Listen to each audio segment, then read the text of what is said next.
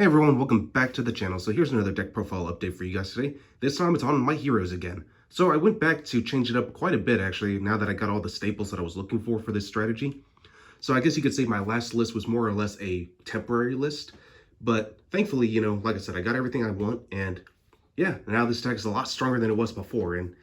And yeah, you can still do a lot of crazy things with this deck because this deck's just absurdly explosive. Because it searches out everything it needs.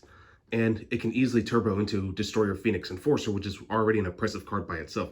And can you imagine it being paired with a Dark Law? Yeah, that's pretty nuts. I also changed my side deck accordingly for the meta because, now that Phoenix Enforcer is in the format and a lot of other decks are going to be playing it mainly PK, they are going to try to pop their own artifact sites to lock you out of your extra deck. So again, I kind of changed it up in a way where it basically just helps me deal with that problem. So anyway, hopefully you guys will enjoy this, and as always, let's get started.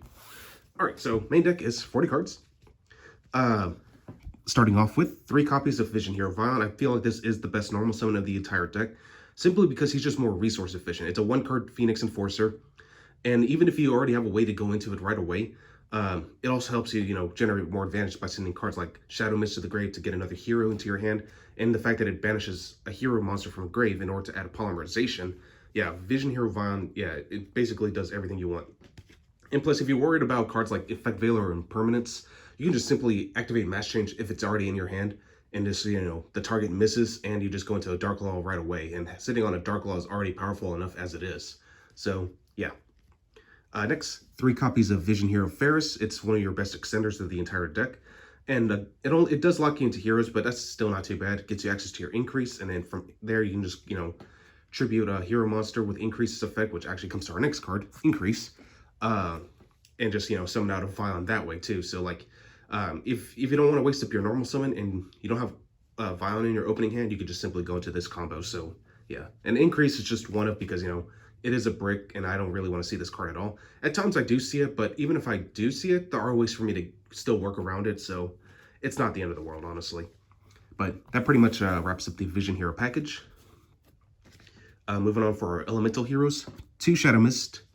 I decided to cut Stratos to 1 copy. I might bring them back to 2, but so far 1 seems to work because, again, Vion is the better normal summon. And usually, believe it or not, with Stratos now, I actually use his effect to pop spells and traps more often now this way, because, again, if I use Ferris effect to, turbo out the Vion anyway and dump Shadow Mist, I search off Stratos and then just pop spells and traps on my opponent's side of the field on the off chance they may have a card like Anti-Spell Fragrance or even Imperial Order, and I don't want to get locked out of my spells. So that's the whole reason why I do it this way now. 1 Liquid Soldier, brings back Shadow Mist or Stratos if you want, and you could also, and if it's used as fusion material, whether it's sent to the grave or banished, you can draw 2 cards, but you have to discard a card. Keep in mind, you can only use 1 effect per turn and only once that turn. Also, I forgot to mention, Shadow Mist does search out Mass Change if she's special summoned. But again, same restrictions. You can only use 1 of her effects per turn and only once that turn. And then to wrap up the elemental heroes, 1 Honest Neos, and yeah, that's pretty much it. I mean, it just helps you take care of your opponent faster by boosting up one of your hero monsters. And yeah, they get pretty big. So yeah. All right, so moving on. For my Destiny Hero package, still running 2 copies of Malicious, but it might as well be 3 because of Denier. Denier basically is your 3rd Malicious. So you'll generally send him off of Fusion Destiny, recycle a Malicious, and yeah, you're pretty much good to go. So yeah, Denier is just such a great card. I really like what we can do. And he brings himself back too, so that's actually even more crazy. So now, of course, his effect is his ability to special summon himself back from the grave is a once per duel effect, but again, that's not too bad. So yeah, it really works. I decided to bring back Destiny Hero Celestial just for like a follow play. So if I send him off into the graveyard, I can at least use his effect later to banish a Destiny Hero and draw 2 cards. And plus, he's a good target for Destiny Hero Dystopia, which, spoilers, he is back in my extra deck. And then to round up the Destiny Hero package, 1 copy of Destiny Hero Plasma. Got my hands on the alternate art gold rare, so I'm really happy with that. It looks really sick, so yeah, definitely one of the best cards ever. And then for the only evil hero card, naturally, is 1 copy of Adestia Gold. Thankfully, it is in Brothers of Legend, so it is going to be a lot more accessible now. I'm still going to probably play the ultra rares just because they're more classic, so yeah, that's just like my thing. All right. And for hand traps, still the same hand trap lineup, 2 Ash Blossoms and 3 copies of Infinite Imperm. So yeah, why not, right? All right, and for spells, still running 3 copies of Fusion Destiny. You want to see this card as early as possible. 3 Mass Change, same reason, you definitely want to see it as quickly as you can. Still sticking to 2 Droplet. I was considering main decking Crossout, but I still like Drop a little bit more because this is a blind second deck, by the way. And if my opponent, puts up multiple negates, and if I have the right cards in hand, I can just simply play Droplet, send everything I need into the grave, and still generate some advantage and get some value off of it. And just so my opponent can't really respond to whatever I send away for cost. So yeah, Droplet can come up, and it comes in clutch a lot. So that's just my reason for running it.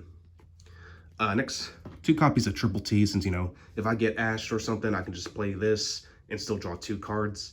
Or if I force out a negate, like a Dragoon, or for example, I can just simply play this, take control of that Dragoon, and then just use its effect to pop my opponent's monsters. So yeah, Triple T does come up quite a lot, and depending on how you want to use it, it's really it all takes strategy to do it, really.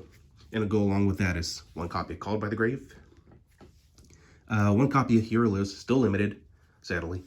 1 Rhoda. I'm not running E-Call still because, again, the Elemental Hero package is so small now, and you don't really need it. Well, you still need it, but you don't need to make it as big as it used to be. So yeah, that's the whole thing.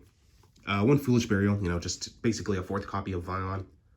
And then for my fusion cards, 1 Polymerization, 1 Miracle Fusion, and 1 Dark Calling. Keep in mind, you actually don't have to run the Evil Hero package if you don't want to. I've seen some builds actually cut it now, and they decided to make room for cards like Elemental Hero, The Shining, and run a 2nd Miracle Fusion. So it's really up to you on how you want to play this strategy. I just like to play it this way because the Evil Hero package does help with the grind game.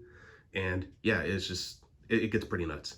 But keep in mind, but funny enough, I actually do side out the Evil Hero package quite often when I'm forced to go first. Because to me, like, it's more of a going second strategy than a going first. But we'll get more on that later. All right. Now for the extra deck, as I mentioned, Destroy Phoenix Enforcer. Gotta have it. Luckily, you only need 1, so yeah, there's no reason to get 2. 1 copy of Dystopia, since it acts as another form of disruption as long as its attack points are different than its original. And with Dread Decimator, this is like super easy, so yeah. Moving on. 2 Dark Law, you still gotta run those. 1 Acid because it blows up back row. But keep in mind, Scythe is in the format right now, so you gotta be careful on when and how to use it. But if you're up against a full back row heavy strategy, this might be the card to actually basically just blow that out. Same thing with Absolute Zero because, nukes the monsters.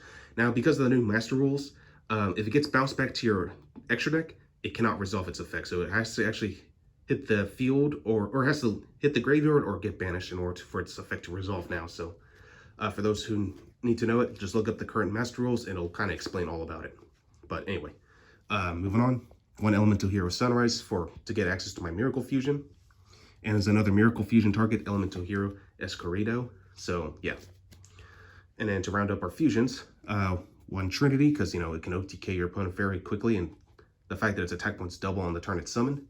And of course, 1 Malicious Bane. And yeah, it's basically a monster nuke, so can't be destroyed by battle or card effects, so that's pretty good. And for my links, 2 Cross Crusader, can actually bring back your Destroy Phoenix Enforcer if you have to link it off, so that's pretty nice. 1 Wonder Driver to recover your Mass Change or your fusion spells. 1 Dread Decimator, and of course, 1 Verite Anaconda, which actually can be made early on if you start off with a Vion. So yeah, it's pretty crazy. All right, so that pretty much rounds out the extra deck. Now for the side deck, starting off with 2 copies of Lancia. So this may seem familiar. 2 Lancia, 1 Scythe. And to go along with this package, 2 copies of Artifact Sanctum. So even if you hard open Scythe, you could just set it and just pop with Destroy Phoenix Enforcer later. So that's pretty nuts. And I like Sanctum because, it gives you access to your Lancia or your Scythe. That way you can just, like, depending on the matchup, you can just stop your opponent just like that. So it's a really nasty combo. 1 Nib, and to go along with it, 2 copies of Crossout Designator, because honestly, out of all the hand traps, Nib is the one that really scares me the most, because, like, I don't want to have all my monsters get tributed. So like I said, I usually set up my Evil Hero package when I'm forced to go first, because, like, I know my opponent's gonna be siding these in, so I could just, like, play this and my Crossouts and I'm good to go. For more back row heavy strategies, or just to deal with the Scythe combos, I play Cosmic Cyclone, so I can just kind of get it out of there and never have to worry about it. And a card that I always like to play going first with this deck, 3 copies of Solemn Judgment, simply because heroes don't have any built-in protection other than Malicious Bane being can't be not being able to be destroyed by card effects. So Judgment to me is just like a great card to deal with, like cards like Dark Ruler No More or Forbidden Droplet if they don't send away trap cards. So yeah, Judgment to me is just like the perfect card to play going first. That way, you can ensure your heroes are basically protected. And then lastly, 1 copy of Red Reboot. Pretty standard. All right, well, that's all I got for you guys today. Hope you guys enjoyed this, and I will catch you guys again next time.